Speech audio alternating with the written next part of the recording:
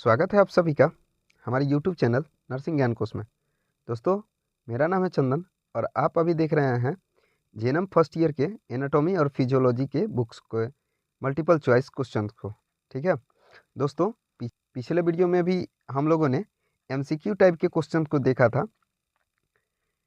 ठीक है, और एक सीरीज जो है वो fill in the blanks type का हो रहा है अभी। ठीक है, जिसमें पहला जो पार्ट है वो हमने पिछले वीडियो में डाल दिया है। ठीक है, जाके उसको हम आप अगर देखना चाहते हैं तो उसको प्लेलिस्ट से देख सकते हैं। ठीक है, आज fill in the blanks type question के सीरीज का जो क्वेश्चन है वो दूसरे पार्ट का, आज fill in the blanks type question के दूसरे पार्ट का बारी है। ठीक है, जिसमें हम लोग जो फिल इन द ब्लैंक्स वाले क्वेश्चन होते हैं उनके आंसर को देखेंगे। ठीक है, चलिए वीडियो को शुरू करते हैं। वीडियो शुरू करने से पहले आप लोगों से एक छोटा सा रिक्वेस्ट है कि अगर वीडियो पसंद आ रहा है तो आप लोग लाइक कीजिए, चैनल को सब्सक्राइब कीजिए तथा वीडियो संबंधित जो भी बातें हैं या आप हमसे बोलना चाहते हैं या किसी खास विषय पे वीडियो चाहते हैं तो वो हमारे कमेंट बॉक्स में आप लोग लिख सकते हैं। ठीक है, चलिए वीडियो को शुरू करते हैं।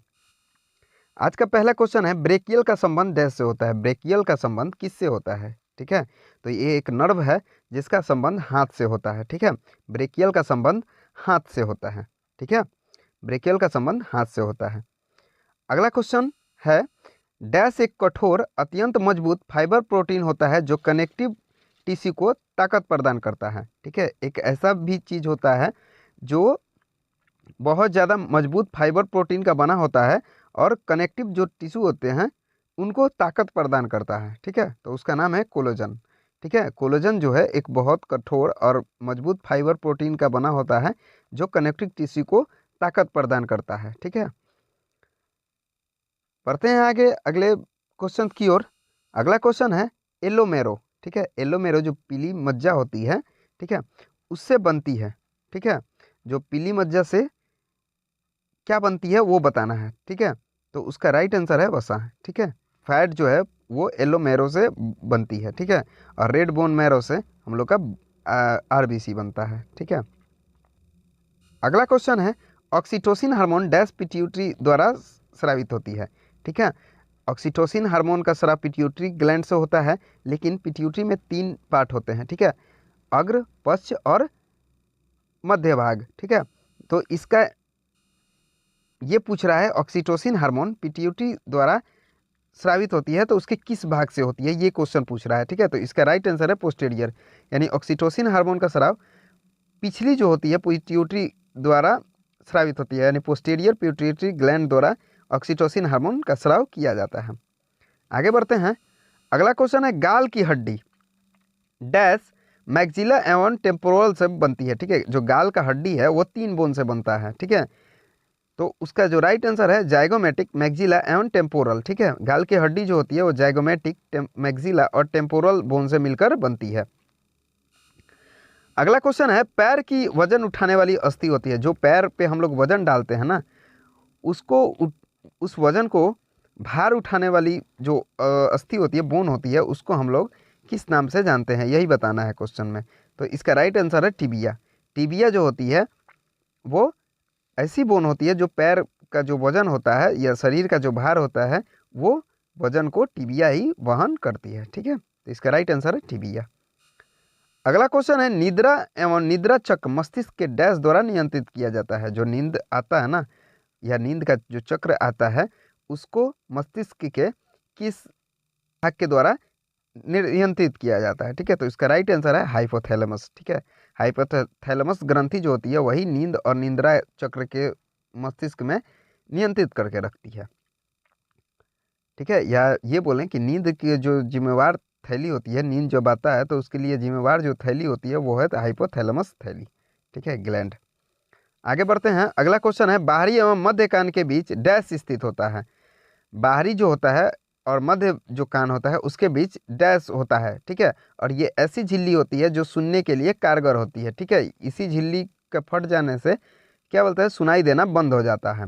ठीक है, तो उसका राइट आंसर है टिम्पैनिक मेम्ब्रेन। ठीक है, टिम्पैनिक झिल्ली बाहरी कान और मध्य कान के बीच में स्थित होती है। ठीक है, अगला क्वेश्चन है खोपड़ी में कुल डैश हड्डियां होती है, खोपड़ी में कुल कितनी हड्डियां होती है, ये क्वेश्चन पूछ रहा है। ठीक है, तो इसका राइट आंसर है 22। ठीक है, खोपड़ी में कुल 22 हड्डियां होती है। ठीक है, आगे बढ़ते हैं। अगला क्वेश्चन है थायराइड ग्रंथि द्वारा स्रावित डैश हार्मोन कैल्शियम चयापचय यानी मेटाबॉलिज्म को नियंत्रित करता है, कंट्रोल करता है।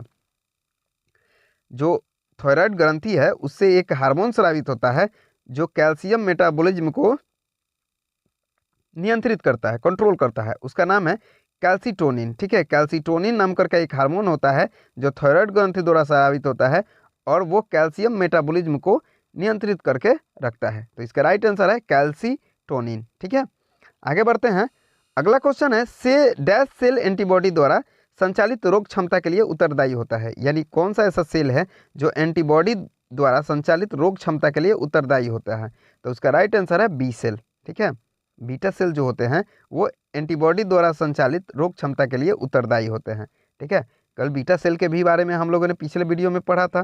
ठीक है, पैनक्रियाज के बीटा सेल से किस हार्मोन का स्राव होता है, ऐसा क्वेश्चन था पिछले वीडियो में। ठीक है, अगला क्वेश्चन है दांत का वह भाग जो मसूड़ों के नीचे होता है उसे डैश कहते हैं। ठीक है, दांत का जो वो भाग होता है जो मसूड़ों के नीचे होता है उसको हम लोग जड़ के नाम से जानते हैं, रूट। ठीक है, इसका राइट आंसर है रूट। आगे बढ़ते हैं। अगला क्वेश्चन है गुर्दे का मुख्य द्वार को क्या कहते हैं, जो किडनी होता है उसके मुख्य द्वार को क्या कहते हैं। तो इसका राइट आंसर है हाइलम। ठीक है, हाइलम को किडनी का मुख्य द्वार कहा जाता है। ठीक है, मेन डोर जो होता है किडनी का वो होता है हाइलम। अगला क्वेश्चन है शुक्राणु के डैश में लाइसोजोमल एंजाइम पाया जाता है। ठीक है, शुक्राणु का एक पार्ट होता है जिसमें लाइसोजोमल नाम करके एक एंजाइम पाया जाता है जिसे हम लोग एक्रोसोम के नाम से जानते हैं, यानी शुक्राणु के एक्रोसोम में लाइसोजोमल एंजाइम पाया जाता है। ठीक है, आगे बढ़ते हैं। अगला क्वेश्चन है डैश वयस्क होने पर ग्रंथि की क्रियाशीलता कम होती रहती है। ठीक है, डैश वयस्क होने पर ग्रंथि की क्रियाशीलता कम होती रहती है, यानी वयस्क होने पर एक ऐसी भी थैली होती है जिसका क्रियाशीलता जो होता है वो कम होते जाता है। तो इसका राइट आंसर है थाइमस, यानी थाइमस जो ग्रंथि होती है उसकी क्रियाशीलता जैसे जैसे एज बढ़ता है वैसे वैसे उसका क्रिया जो होता है वो कम काम करना शुरू करता है। आगे बढ़ते हैं। अगला क्वेश्चन है डैश लिम्फोइड सिस्टम का केंद्रीय अंग है, या लिम्फोइड सिस्टम का केंद्रीय अंग किस अंग को बोला जाता है। तो इसका राइट आंसर है बोन मैरो। बोन मैरो जो है वो एक लिम्फोइड सिस्टम की तरह कार्य करता है, या लिम्फोइड सिस्टम है। तो लिम्फोइड सिस्टम का जो केंद्र है वो बोन मैरो होता है। ठीक है, मेरुरज्जु। अगला क्वेश्चन है बायफेफरे में डैश लॉब होते हैं। ठीक है, या कितने लॉब होते हैं, बायफेफरे में कितने लॉब होते हैं। ठीक है, तो इसका राइट आंसर है 2। ठीक है, बायफेफरे में 2 लॉब होता है। आगे बढ़ते हैं और आज का अगला क्वेश्चन है हृदय की मांसपेशियों को रक्त डैश धमनी द्वारा आता है, यानी हृदय में की मांसपेशियों में रक्त किस धमनी द्वारा आता है। तो इसका राइट आंसर है कोरोनरी। ठीक है, कोरोनरी जो आर्टरी होती है वही हृदय की मांसपेशियों में रक्त को पहुंचाती है। ठीक है, ब्लड का आवश्यकता प्रत्येक भाग में होता है शरीर के, तो हृदय की मांसपेशियों में भी ब्लड का जरूरत पड़ता है, तो उसमें जो होता है वो कोरोनरी जो आर्टरी है वही ब्लड को हृदय की मांसपेशियों में लेके जाती है। आगे बढ़ते हैं। अगला क्वेश्चन है पल्मोनरी धमनी डैश से निकलती है, जो पल्मोनरी धमनी होती है वो किस भाग से निकलती है। तो इसका राइट आंसर है दाएं वेंट्रिकल से। ठीक है, राइट वेंट्रिकल से, हृदय के राइट वेंट्रिकल से पल्मोनरी धमनी निकलती है। ठीक है, और एक और बात कि पल्मोनरी धमनी अशुद्ध रक्त का बहाव करती है। ठीक है, ऐसे आमतौर पे धमनी जो होती है वह शुद्ध रक्त बहाती है, लेकिन पल्मोनरी धमनी जो होती है यानी पल्मोनरी आर्टरी जो होती है वो राइट वेंट्रिकल से निकलती तो है लेकिन ये अशुद्ध रक्त का बहाव करती है। अगला क्वेश्चन है अंडा बनने की प्रक्रिया को डैश कहते हैं। ठीक है, फीमेल में जो अंडाणु बनता है उस प्रक्रिया को किस नाम से जानते हैं। तो उसको हम लोग ओजेनेसिस के नाम से जानते हैं। ठीक है, ओजेनेसिस एक प्रक्रिया है जिसमें अंड बनता है। ठीक है, ओभा। अगला क्वेश्चन है गर्भाशय की भीतरी सतह डैश होती है। गर्भाशय में 3 सतह होता है। ठीक है, इनर, आउटर और मिडिल। ठीक है, तो सबसे इनर वाले सतह के बारे में पूछ रहा है तो उसका नाम है एंडोमेट्रियम। ठीक है, गर्भाशय का सबसे इनर जो लेयर होता है उसको एंडोमेट्रियम के नाम से जानते हैं और सबसे बाहरी लेयर को पेरीमेट्रियम के नाम से जानते हैं। ठीक है, और मध्य भाग मायोमेट्रियम कहलाती है। अगला क्वेश्चन है क्लेविकल का दूसरा नाम क्या है। ठीक है, क्लेविकल का दूसरा नाम क्या है। ठीक है, तो इसको एक हम लोग ये भी जानते हैं कॉलर बोन के नाम से और कॉलर ब्लेड के भी नाम से हम लोग जानते हैं। ठीक है, क्लेविकल का दूसरा नाम कॉलर बोन और कॉलर ब्लेड भी होता है। ठीक है, अगला क्वेश्चन है हेलेक्स का संबंध डैश से है। हेलेक्स का संबंध किससे है। ठीक है, तो इसका जो राइट आंसर है वो है पैर का अंगूठा से। हेलेक्स का संबंध पैर के अंगूठे से होता है। ठीक है, आगे बढ़ते हैं। अगला क्वेश्चन है हड्डी पर प्रस्तुत तेज एवं सुई की तरह के उभार को डैश कहते हैं। ठीक है, हड्डी पर एक तेज और सुई के तरह उभार होता है, ठीक है, सामने की तरफ, उसको हम लोग किस नाम से जानते हैं। तो उसका राइट आंसर है स्पाइन। ठीक है, स्पाइन जो होता है वो हड्डी पर जो सामने की तो तेज और सुई की तरह उभार होता है उसी को बोलते हैं। ठीक है, आगे बढ़ते हैं।